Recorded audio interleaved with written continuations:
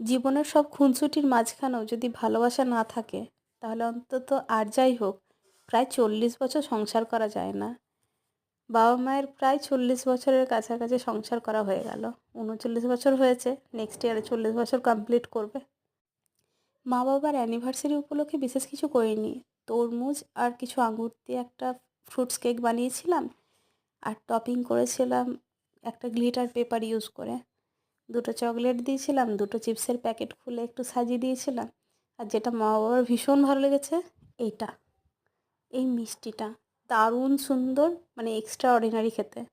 এটা আমি রসের হাঁড়ি থেকে এনেছিলাম, ভীষণ টেস্টি। সব মিলিয়ে বাবা মা ভীষণ হ্যাপি হয়েছিল। তার সাথে মা বাবাকে একটু গিফটও করেছিলাম আমরা, অল্প স্বল্প। যেহেতু ওনাদের অ্যানিভার্সারি, তো ওনাদের এই ভিডিওটা রেখেছি।